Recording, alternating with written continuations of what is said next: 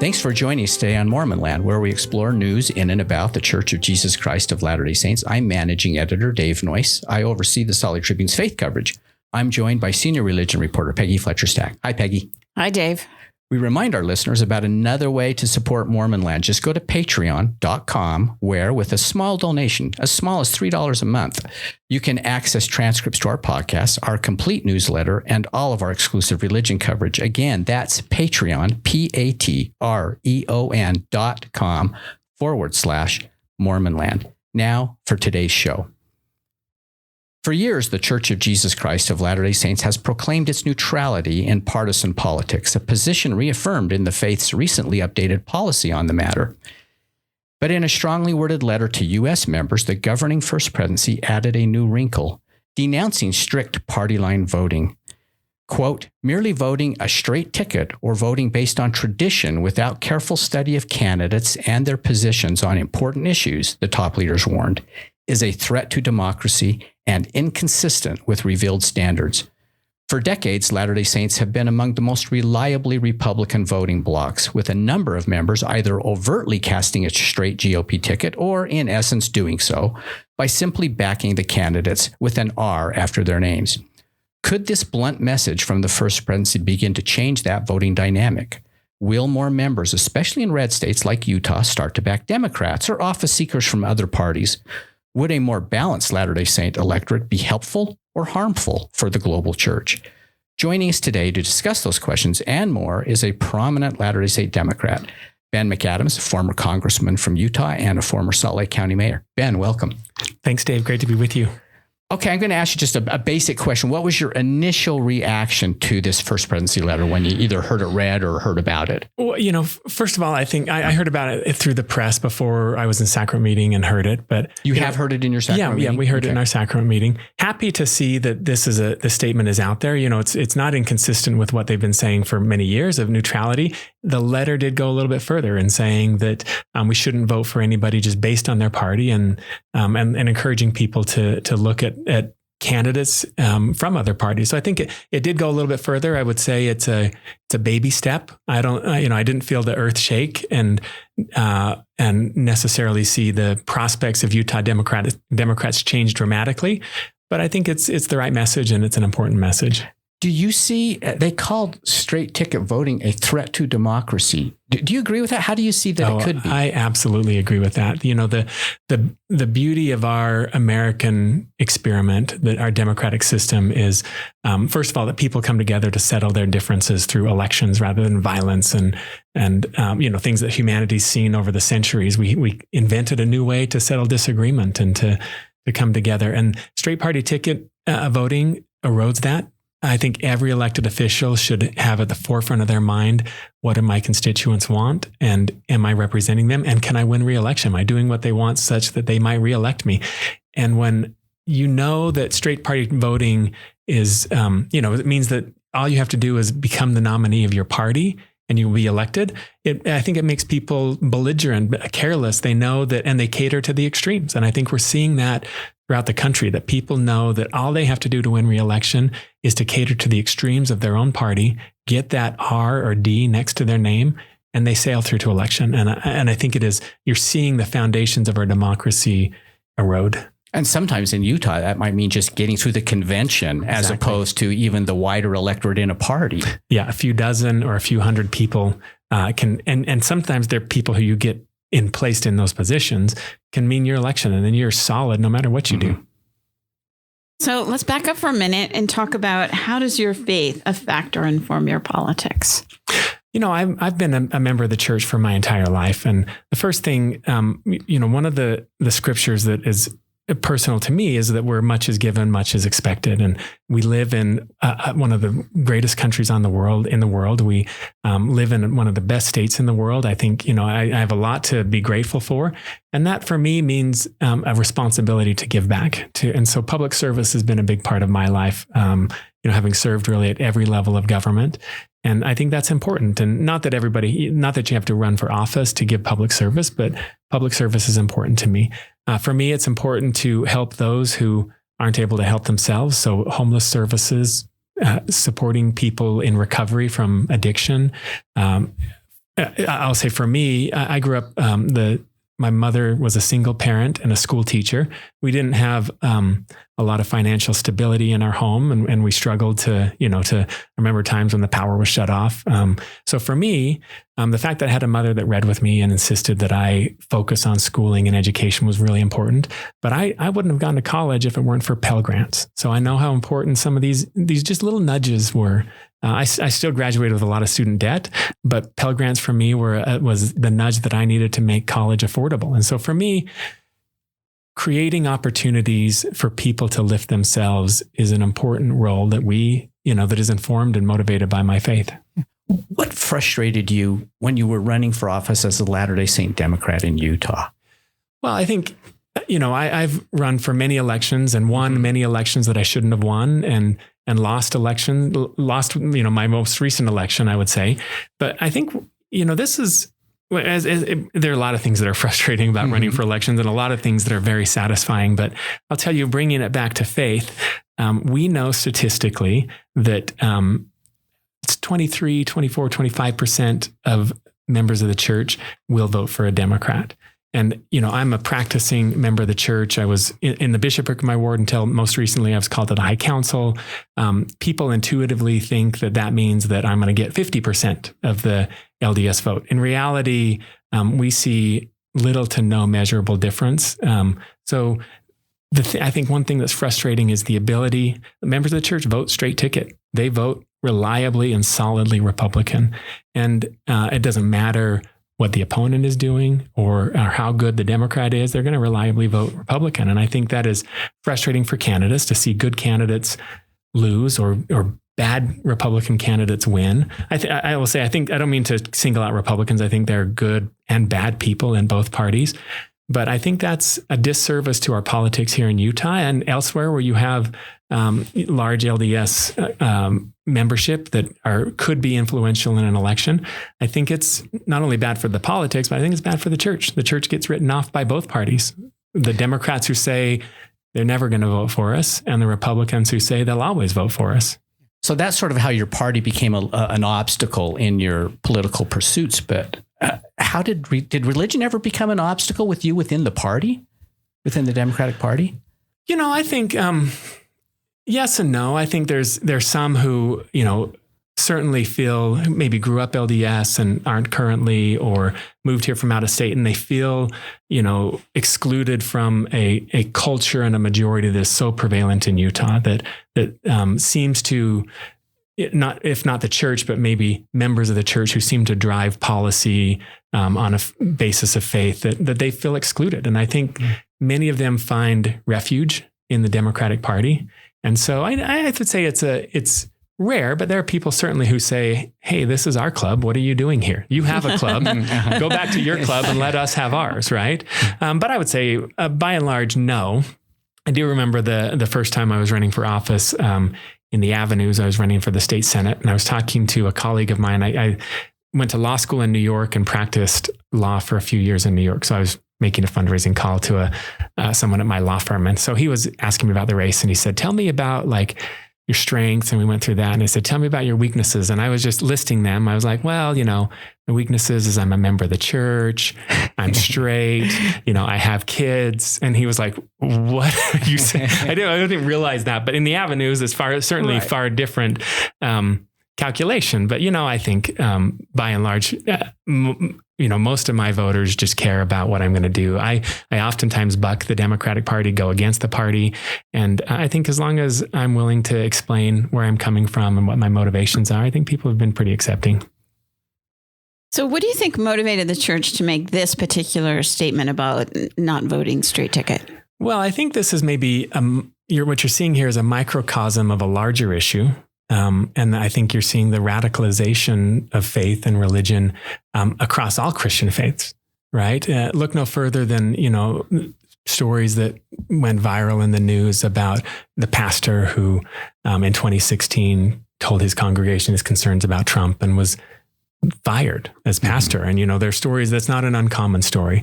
And you see, I think on the flip side, you see a lot of the younger generation who don't have the same respect and adherence to institutions. We know this is a characteristic of millennials that they actually dislike institutions. And so when you already have that willingness or distrust of an institution, and all of a sudden that institution maybe doesn't feel authentic and genuine or seems tied to values that they don't agree with. And you've seen that with Trumpism, that they say, well, this doesn't match my personal values. This doesn't match the values of the faith that I think I understood. And to the extent that any religion is closely tied to a political ideology, it's an exposure that I think has affected membership, right? So, and I'm not just speaking about the LDS faith. I think it's faith in general. So I think that radicalization of religion and what that means to people who are mainstream and just want to learn to be better people, don't want to hate their family member or their coworker who has a different political ideology. They just want to live their lives and have learned good values from the faith that they choose. So I think that's maybe part of it, is just seeing what's happened and maybe seeing where we're going. It seems to be getting worse, not better. That had to be a motivating factor. As I said, it's not inconsistent with things that the church has said before. But I think it was, I appreciated that they were explicit about saying straight party voting and things that they've kind of hinted at or been close to before. They were pretty explicit about it. I think that it's maybe a reflection of the past, but it's also looking to the future and saying this isn't heading in a good direction and we need to pull it back. So you sort of hinted at this with your initial reaction, but what effect, if any, will or possibly could this have on Latter-day Saint voters? What this extra language that they threw in? I honestly, I'm not optimistic that it has a big impact. I was happy that the language was clear, but I think you need to look at this in the broader context of everything that's happening. So the statement was excellent. And I said it's not alone, but I'd look at some of the, in particular, some of the comments made by Elder Oaks in General Conference, talking about the need for civility, the need for to stand up to extremism. There is a pattern that's developing. It's a pitter patter at this point, and I think you have far more visible, loud voices on the other side, and they're not necessarily representative of the church, but they anoint themselves to speak on behalf of the church. You have general authority emeritus showing up at right-wing events, or I think you can look at, I haven't checked the most recent statistic, but general authorities of the church are mostly Republican, registered Republicans. There's been a few in recent years who have registered as independent. I'd love to see everyone register as an independent. Let's take that statement to heart and say, and some of the guidance that's been given to general authorities about political abstentionism, and register as independents. I think that would send a signal. These are, again, whispers that can start to build. But I think until it's going to take something more than this to move that statistic from 23% willing to vote for a Democrat to where I think it would be valuable is to be 50-50, and let me speak to members of the church who are listening to the podcast. Take this to heart. Find, if you're a Democrat or if you're a Republican, next time you vote, scour the ballot and find somebody from the other party who you can vote for. And that's something I've tried to do when I vote, is out of principle, not just vote for the Democrats. Find somebody from the other party who I like, who I think could do a good job. And it's more of an exercise to tell myself that I'm really looking at this carefully.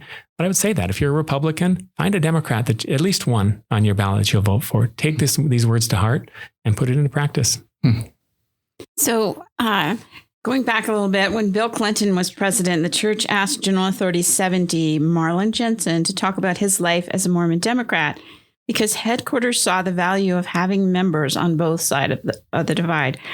What more could the church? I mean, that was a church assignment that he because the church leaders realized with a different party in power now, they had very little input. What more could the church do to create exactly what you're talking about, more political balance? Well, I remember where I was when I read Elder Jensen's statements and how meaningful that was to me. I was a college Democrat at the University of Utah. I was, volunteering for a campaign, and That was really meaningful to me. I also remember the backlash where then the Utah Republican Party and elected officials stood up and told us what he really meant. And it wasn't that you could support a Democrat. And they started pointing to he's just a general authority, 70, he's farther down the food chain. Right.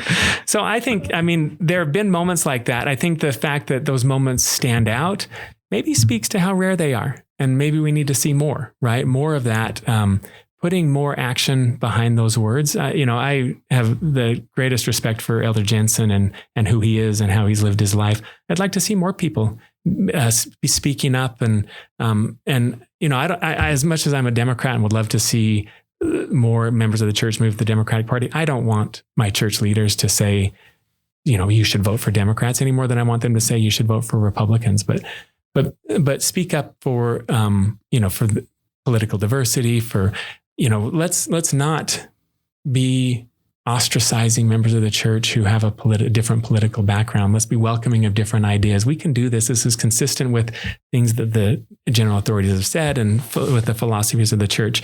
Peggy, you asked what more the church could do. And I think, another maybe small step would be registering as independents. I'd love to see that. I think that would be a loud signal. I appreciate that they are selective in the political issues that they weigh in on, and I would want them to continue to be selective. But I would think maybe one that I think is really important is the redistricting process. I know that it's process oriented, but that is one where, and especially in the redistricting in 2021 here in Utah, it was so egregious that you really took the vote away from so many people because they drew the boundaries in a way that really only one candidate and one party will win an election. And, I think that societally, again, when you tell people that, what we've told people for a century is if you don't like your representative, vote them out.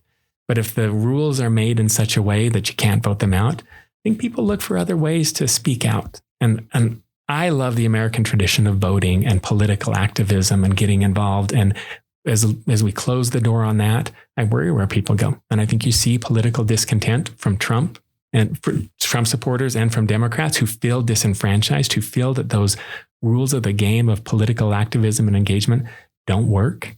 And they're finding other ways to speak out. And I think this is an issue. It's technical. It's hard for people to understand, but it gets to the heart. I think it is a moral issue. I think it is also an issue that speaks to balance. And if we want to bring our politics back to the mainstream, make our political candidates fear for their reelection, not from the extremes of their party, but the average voter who shows up on the first Tuesday in November. That's who you should worry about appeasing and winning their support. And the next redistricting won't happen until 2031, but I think we should start a robust conversation about an independent, nonpartisan redistricting process that can start to restore the viability of elections. In that case, Utah voters tried to get that in place, right? And now you have GOP Congress people who are defending partisan gerrymandering, saying it's constitutional, right? Just because I disagree if it's constitutional. I think that, every person's guaranteed the right to vote. And if that right is so severely undermined because of the boundaries, I think it is not constitutional. But just because you can also doesn't mean that you should, right? So what benefits, how would the church benefit from political balance, more balance among the members?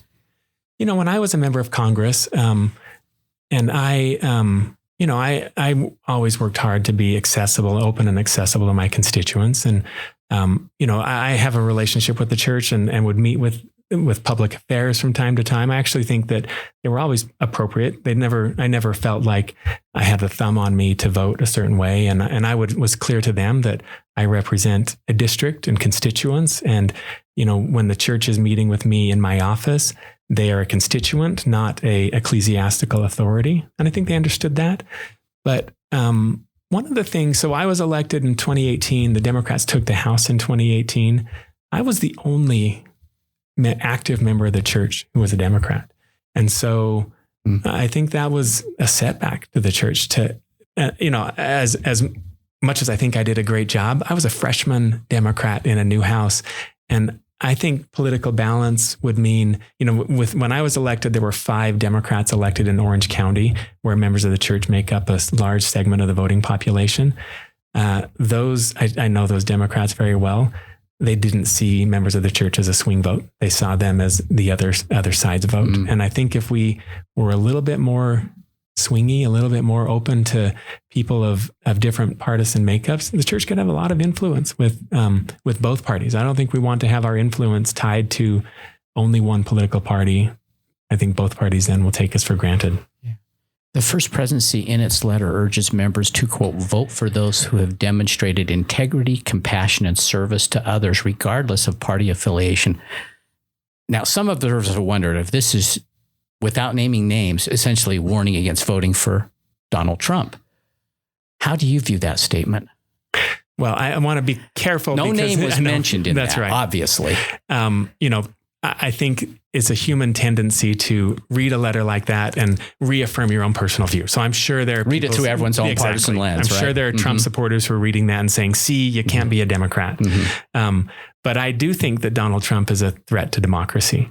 And, today, as we're seeing his arrest and his arraignment for some very serious crimes, it's really sad to me to see members of the church standing and attacking the pillars of our democracy, our criminal justice process, the notion that nobody is above the law. Elected members of the church are standing up and pillaring that in defense of someone who committed some really egregious crimes, put American lives at risk, and is endangering our democracy. So I do think that it is a threat. I think it's something that people of faith, people who value religious liberty, should be concerned about. So research has shown that younger Latter-day Saints are far less Republican than their previous generations. Is this do you think this recent statement is an acknowledgement of that? Yeah, I think I don't want to dig deeper into those numbers. I've seen that number. I don't know that I would say that means they're Democrat, right? I think they are like they're rejecting institutions, and parties are institutions just like many other institutions. I do think that it is a threat to the church to be linked in the minds of the public, whether it's deserved or not, but linked in the minds of the public to a particular political party, that as they reject the institution of the Republican Party or Democratic Party, that they feel they need to reject the church as well. We want them. And, this maybe goes back to a higher, I think a distinction that this letter is getting at that I think is important. I grew up in the church. We learn to respect our leaders, to give deference to our church leaders, to have faith and sustain our church leaders. And I think it's an easy tendency to then carry that over to political leaders, to say we have to give deference. Donald Trump is a flawed person, but he's our leader. He's our president. I'm going to defer to him. And I think what this letter is also getting at is to say, those are two different scenarios. We still want you to respect and dignify and sustain church leaders, but the Constitution expects us to challenge our political leaders, to question them, to if they're not doing things that we believe are correct, to vote them out of office. That is maybe a dichotomy that's hard for people to belong to two different regimes of how we treat religious authorities or political authorities. And I think we're saying you need to question every one of them. If they're your own party, if they're a different party, everything they do, you should be questioning them, because that's how our democratic system is built. So I see some of that in here too. So I'm going to take a shot at this. Do you see yourself running for office again? I love public service. It's in my blood. It is something that I would love. I think I've got more to give. I'd love to get back in public service. I also am loving being home with my kids and my wife and going to their sporting events. My youngest is 11 years old and he's getting into mountain biking. So I just became a mountain biking coach. And so I don't see it happening in the near term, but I'm turning 49 this year. I think I've still got a lot of life ahead of me, I hope. So I'd love to get back in at some point. Let me ask you as a kind of follow-up, and not just for yourself, but how might a different partisan climate in Utah change people's calculus about whether they would run for office? In other words, it was more balanced. Yeah. Well, you see, looking at these congressional districts, the way that these boundaries are drawn. So the district that I won in 2018, the voter registration in that district, it was 14% Democrat. So it meant that I won by getting a lot of independents and a lot of Republicans. But it was a stretch. If you remember, I won by 1/4 of 1%, overcoming incredible odds to win that district. I lost the same district by, just under 1%. So very close races both times. In the 2021 redistricting, that district, they moved in about 10% more Republicans. Knowing, so I think the secret to my success was the city of Mill Creek, largely Republican, but they voted for me. They voted for Jim Matheson and other Republicans throughout the district like that who were open-minded and willing to cross over. City of Mill Creek today is split into 4 districts. That was deemed as too dangerous to have them elect their own member of Congress. We needed to divide their vote 4 different ways. So I think one of the things that happens when you look at political candidates is good candidates just don't run. They say it's a fruitless exercise. Why would I waste my time running when we know what the fate is? And we know to win that election, you've got to appease Republican primary voters. And I'm not willing to go there in the era of Trump. So I think we have a lot of people who would be great public servants who just stand down. And the ones who win are the ones who can scream the loudest to some of the most extreme voices. So you might see more opposing candidates who are in the political party that's sort of starting behind already. Yeah. But it could also change the makeup of Republicans who run too, correct? That's right. Yeah. For sure. I think it could change that. You could or see other parties. Yeah. Republicans who are more mainstream and more centrist being willing to run. Right. I think you could see that if there was more balance. Absolutely. Yeah. So the First Presidency letter tells members and leaders to essentially check their politics at the church door. That, quote, political choices and affiliations should not be the subject of any teaching or advocating in church settings. Now, we hear, of course, that this counsel is frequently either knowingly or unknowingly violated. What needs to happen to ensure that that's actually followed by members? Well, on one hand, I think a lot of members think that maybe that's just what they have to say. They don't really mean it, but they have to say it. They have to, in today's world, they're a nonprofit. They have to say that they're not political, but we really know what they really think. Right. And I think you can't blame people for feeling that way because there are voices within the church. And it's certainly not President Nelson. It's not members of the 12, but I think there are voices. 70s or general authorities emeritus who absolutely use their church positions to advocate for political causes that are right and right-wing aligned. And I think I think you can't blame people for making that assumption, even though I think that they would go against the church. Wouldn't want that assumption to be made, but I think you can't blame people for making that assumption. And I think we have to acknowledge also that this whole context is set against a backdrop of President Benson, right? Who I have to say, President Benson, I was not politically conscious when I was a missionary. President Benson was the prophet of my mission. I have a love and affinity for him and many of his teachings, non-political teachings. So he's somebody who I respect. But, I also learned after I came home and started becoming politically conscious that some of his remarks about you cannot be a good member of the church and be a Democrat, and strident teachings from church leaders that's where the cement was poured. And so as much as I value the statement and the letter that was put out, I think it's going to take something a little bit more bold, a little bit more visible. I don't know that voters who don't even read a newspaper, barely politically informed, I don't know that they're going to pick up the nuances of this letter. So while I appreciate it, I think it's a step in the right direction, I don't see it having a big impact on future elections. I think we're going to need to see more. I think maybe more discipline of, I mean more adherence to guidelines of church leaders being apolitical and not venturing into political causes, and maybe some more bolder statements about neutrality or concerns about President Trump. And I appreciate Elder Oaks did this again in the aftermath of January 6th. That was very appropriate. We need more of that. And we talked about accepting election results. That's right. One. That's right. I think he was very clear. But I think maybe what also goes through their mind is President Nelson's vaccine letter. and the backlash to that vaccine letter. I think they are realizing that there is a base, and there are people, and look, I have to acknowledge there are people on the left with this attitude too, that we like the church, people who like the church if it agrees with their worldview, and if it doesn't, then they're wrong, right? But they saw a very loud and strong backlash to that vaccine letter saying, even though he's a medical doctor and he's a prophet, we don't trust him on this. We're going to choose MAGA over the church. And I think that, I think there are some constraints on what they can do. I think they realize there are constraints, and they're going to have to be thoughtful about how they approach this and prayerful about how they approach it. So final thoughts about the neutrality letter?